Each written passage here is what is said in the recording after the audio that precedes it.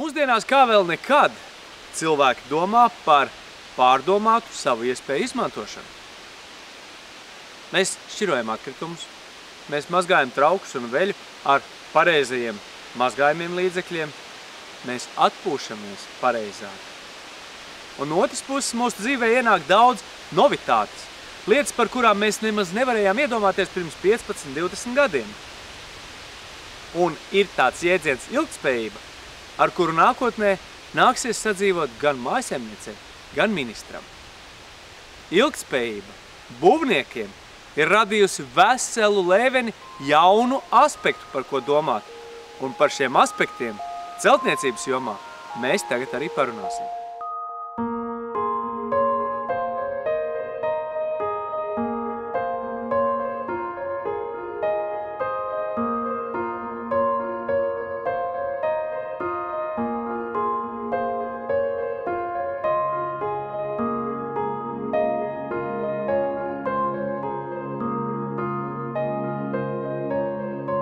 It's like the train coming. It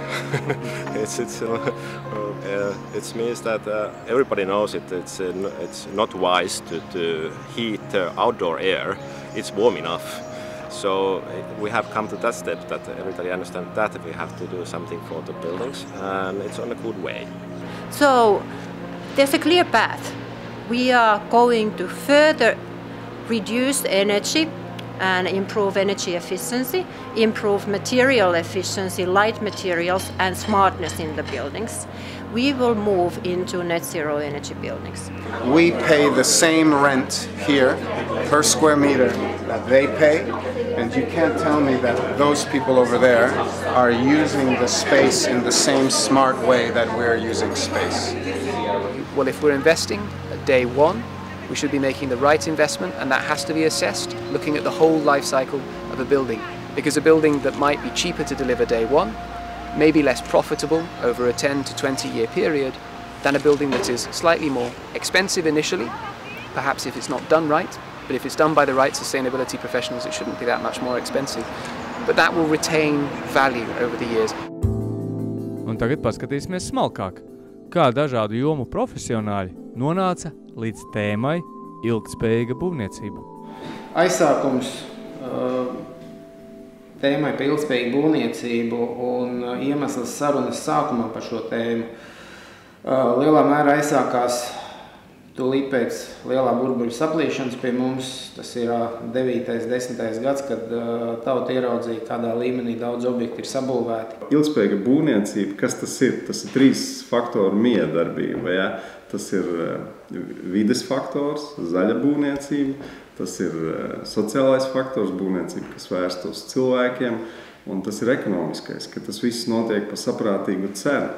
Un šo 3 faktoru miedarbību, manuprāt, diezgan labi un pareizi parāda to virzienu, kurā vispār būvniecība iet tagad un ies uz priekšu nākotnē. If we want to have real change, the Finnish goal is a low emission society 2050, which means 80% cuts from the 90s to the 2050.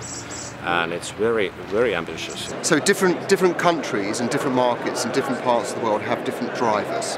The important thing with sustainability and the principle of it is to apply it to the local need, the local resources, the local people, the local cultures. And that's one of the strengths of sustainability. But again, the principles about minimizing resource use, optimizing efficiency, being frugal with energy, looking at how you save energy, these principles can apply well and can actually save money and not cost money.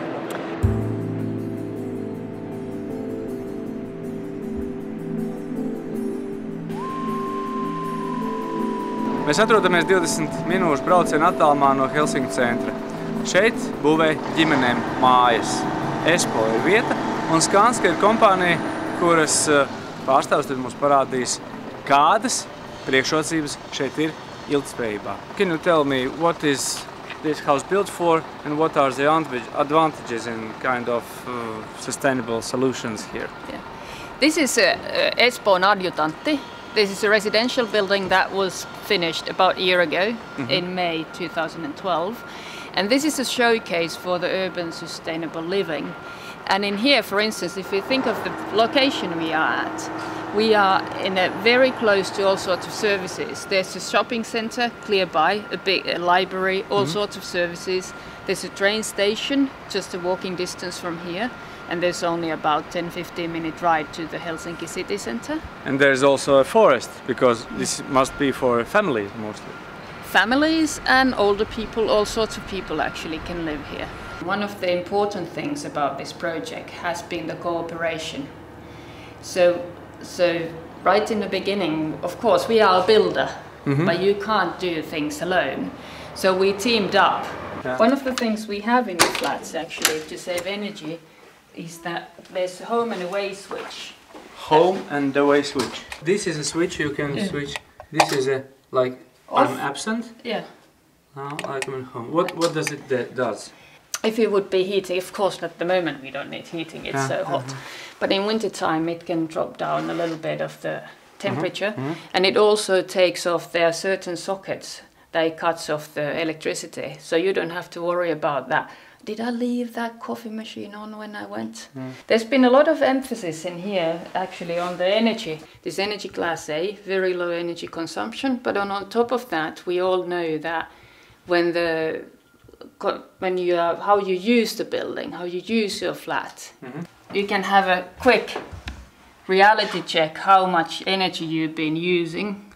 In this flat there hasn't been too many people in the building lately, but I was just using some water, so you can, for instance, see that there's been some water consumption. Those are the, what time is it? Yeah. And those are the liters per minute. Yeah. If I'm interested in it, this is just a quick reality check. For instance, electricity. You can see that there's some basic consumption, and now when we came in, there's been some. We put some lights on to the. Such a computer inside the wall must be kind of expensive thing. No, it's not. And we also, the residents had for the first year, they had an electric car, so they could use an electric car to drive short. One car for all the building? For all the building, and you could. There was a system where you can book it, and also the PV energy, the solar energy, electricity was used to charge the car. The car gives you a point of view of how it is possible to use the electric car to reduce the CO2 and all this stuff, yeah? All that stuff, and then also having that kind of a shared car can also reduce the need for buying another car. But it is funny, you are a builder company and developer company, and then you find out the car is very interesting to show your customers. That's about it's a sustainable urban living, and living is more than just the building. And in this, what I didn't mention, one of the important things about this project has been the cooperation. So that's very important. If you think of sustainable building, cooperation.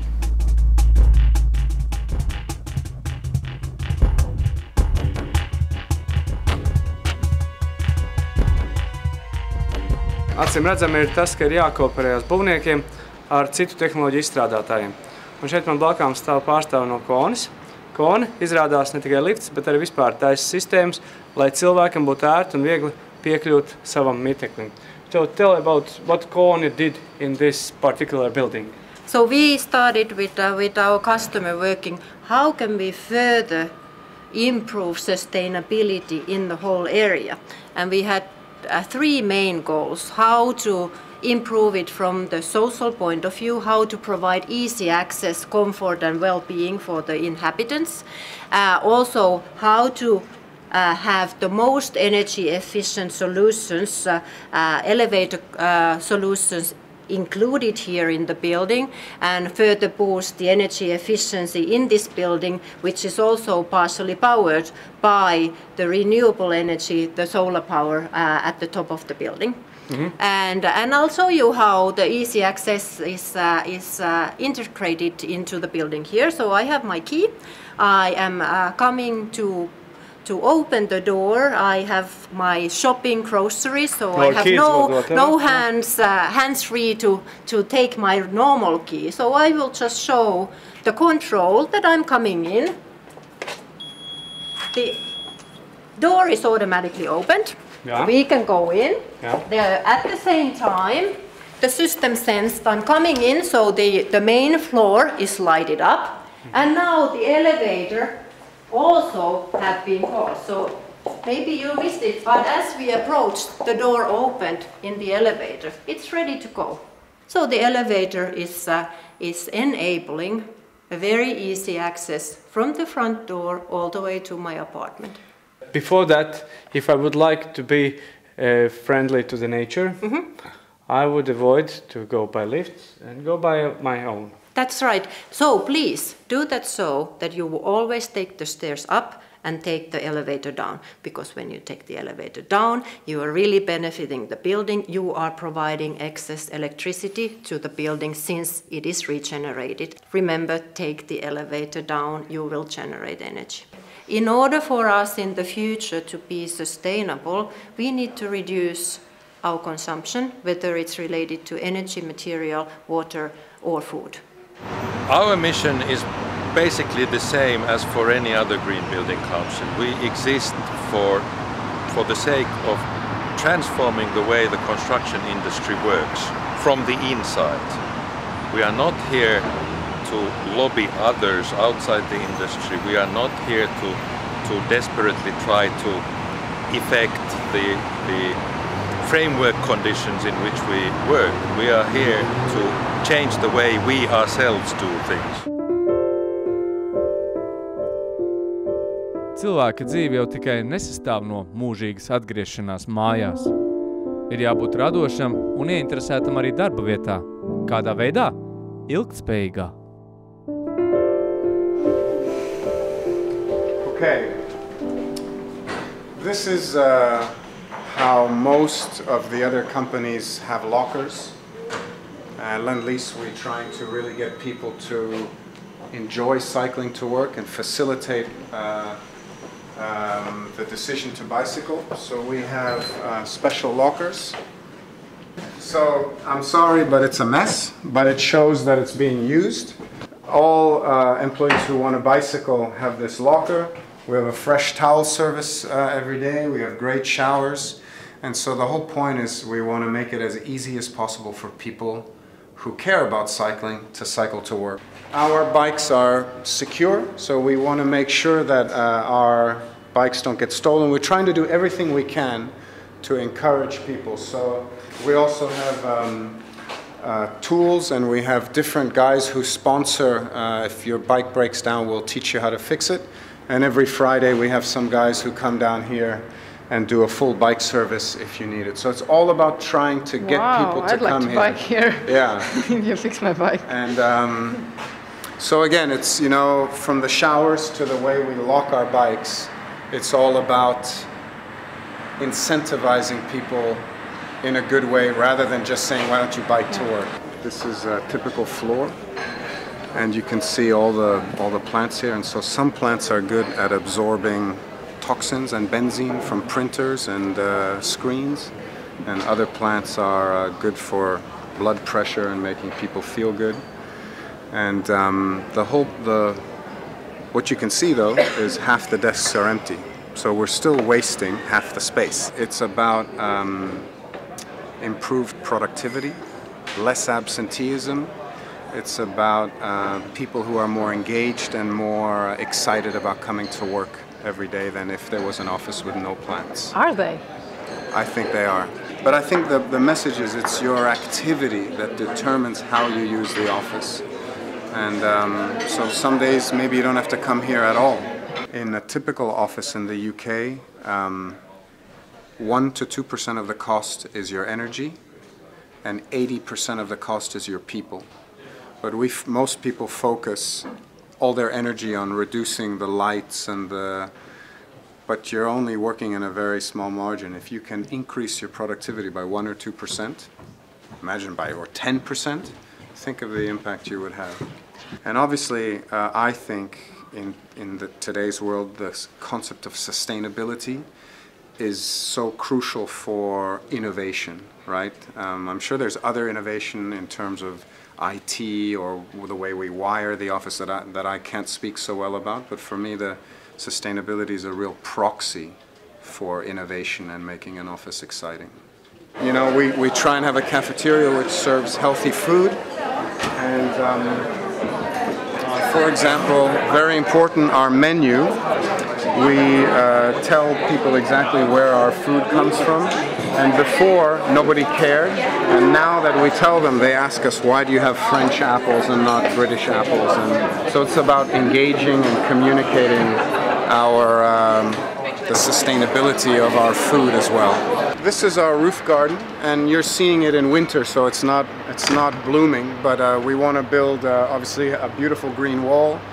These are all growing beds where our employees are growing food, and we have 25 or 30 employees who do this.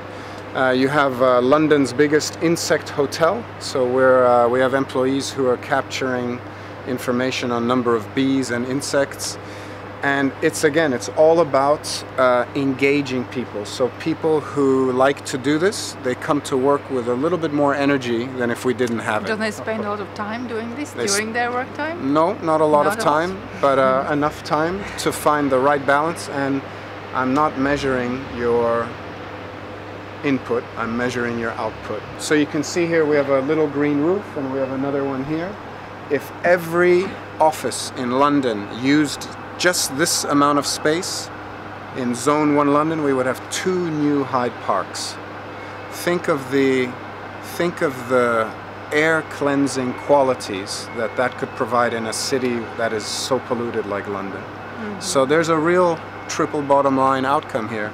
Minimal cost to do this, employee engagement, and potential better air quality. It's not just telling others how to do it. We think it's very important to do it ourselves. So having ourselves, environmental management, working in a building where we have thought about environmental matters and also health and safety matters for our employees, that's very important. We are a human resource company, so it's very important that people feel at home here, or at least feel well here. Un tagad pārcelsimies uz Islandi. Tur progresīva kompānija EFLA, kura darbojās arī ilgtspējīgas būvniecības padomē, izdomāja, ka jāmaina telpas. Kādas ir jaunās telpas? Tā ir pārbūvēta vecā skolas ēka, turklāt pārbūvēta menedžējot veco materiālu izmantošanu vēlreiz, turpat Islandē. Just now starting to think, what can I do? I mean, in my daily life, it was much about we don't want to damage our river, we don't want to damage this valley and so on. Right. But now I think that there is a big change over to that people also think, what can I do? I mean, can I bike to work? Can I sort my waste and so on? And this is happening just the last 4 years, 5 years. In the building phase, the contractor had to have their environmental policy and had to sort waste and fulfill all kinds of environmental and occupational and health management criteria. And then in the building itself, we emphasized measuring energy use and water use, and we emphasized not using toxic materials. We have to think about the cost at all times. But in the state, when we are building, there are always 2 major things that we have to take care of. It's the cost and it's the quality. And we cannot just focus on one, we have to focus on both.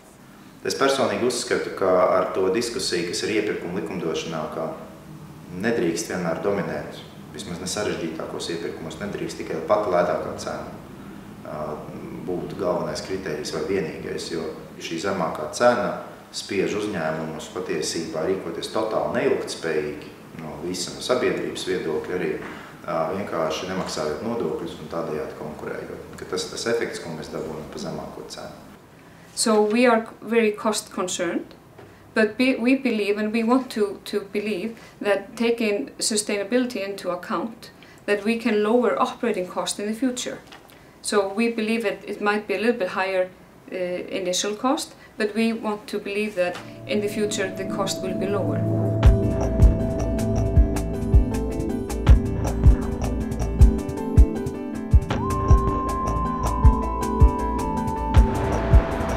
Acīm redzot, ilgtspējības atslēga ir tas, ka cilvēki būvē cilvēkiem. Mēs atrodamies Rīgā, pašā centrā, Rīgas centrālajā stacijā. Cilvēki šeit satiekās tad, kad dodas no darba uz mājām vai otrādi. Un arī šeit par ilgtspējību ir domāts. I think that we are very inspired by, as I mentioned, Mr. Jan Gehl, which is a very famous city planner from Denmark, which we have used not only here in Riga but also in Oslo for developments that we have had there. And he is talking about the life between the buildings, and I think that what we have realized also is that it is really what makes people spend time in the area where you develop your properties. That's where you succeed most with your developments. It's not just about the building in itself, but it's also about the space around the buildings. And that's why we try to have a very active approach to the whole area development when we talk about new projects. We do that in Oslo, we do that in Riga, and in all areas where we are doing business. So we are thinking about aspects like squares, like developing quality areas for people to spend time, to sit, to enjoy life, and basically creating space for people to thrive around our properties. That is a very important aspect when we are doing business property developments. So what we've seen is that a lot of the building owners and investors realize they have to do something different. They understand that the European legislation underway and coming in the future is going to require a different approach. And what we see is really a very fast adjustment and a very fast change in the discussions of projects. So now I think 60% of the projects in Bucharest are now being considered for certification. We were down to probably 1% just a few years ago, just probably 3 years ago. So there's been a tremendous upsurge in the interest in green buildings, while the number of building projects because of the economy are still slower.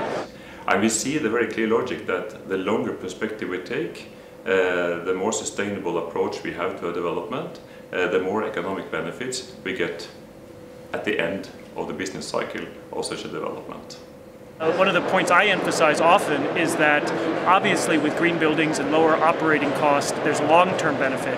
But we believe with a better emphasis on planning and integrated design, which is a big part of green buildings, that even before the project is finished, you will have basically less construction mistakes, a better use of space, and an immediate increase in the building value, so that even if they have a short-term outlook, this is a good idea. It's simply they will be changing how they spend their money, but the total cost of it will not change. So a common problem that you'll see in Latvia, you'll see in parts of Europe, in South America and other countries, is builders focus on the first cost. They want to build as quickly and as cheaply as possible, sell the building for as much as possible and leave it behind. Okay, that's a common characteristic in every country around the world.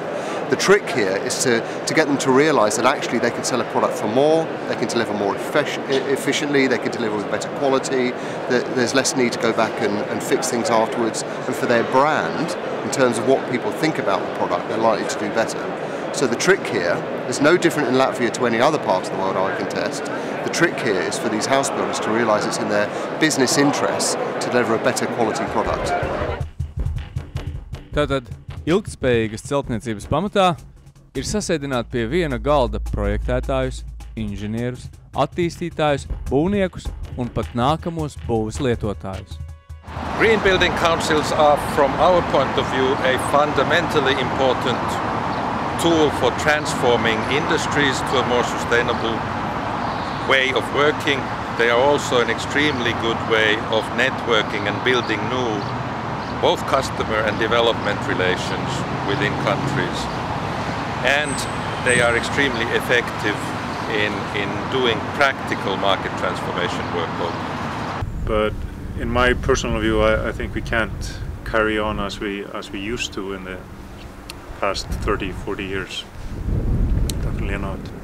But I'm an optimist at heart, so I believe that we can actually achieve these goals without too much sacrifice, but with the right mindset and developing the right kind of technology to to help us take those steps.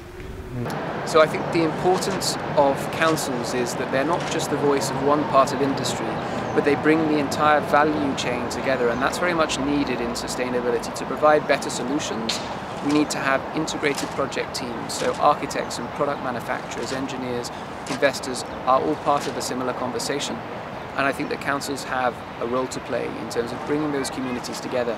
But governments need to start reaching out to that expertise and collaborating with industry.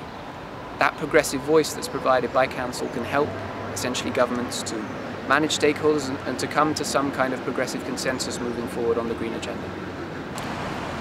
I would say, there are different visionary perspectives. There's the short-term perspective of mobilizing as many as we just can behind the movement to turn this into a sort of a driving force of industry change. That we should accomplish over the next year or 2 or 3. Then there's the medium-term perspective, let's say 5 years and a bit longer than that, of transforming industry practices from first cost only to longer-term investment perspectives. And then of course there's the very long-term perspective of changing the competence profiles of our industry. I mean, changing the way young people are educated to enter the construction and real estate industry, pushing in new ways of thinking through the education programs and so forth. And that of course is almost a generational thing. So we're talking about multiple different time frames of change. Ilgtspējīga būvniecība, jo es domāju, pēc tās definīcijas paredz domāšanas izmaiņas, domāšanu plašākā kontekstā, kopsakarībās, ilgākā laika termiņā. Ja, tā kā es gribētu teikt, ka ilgtspēja, manuprāt, ir domāšanas izmaiņas. Kaut kādā ziņā tā ir atgriešanās pie saknēm, kaut kādā ziņā tā, protams, ir jaunāko tehnoloģiju ieviešana un klātbūtne. Bet bez domāšanas izmaiņām arī ilgtspējīga uzvedība nevar īsti rasties.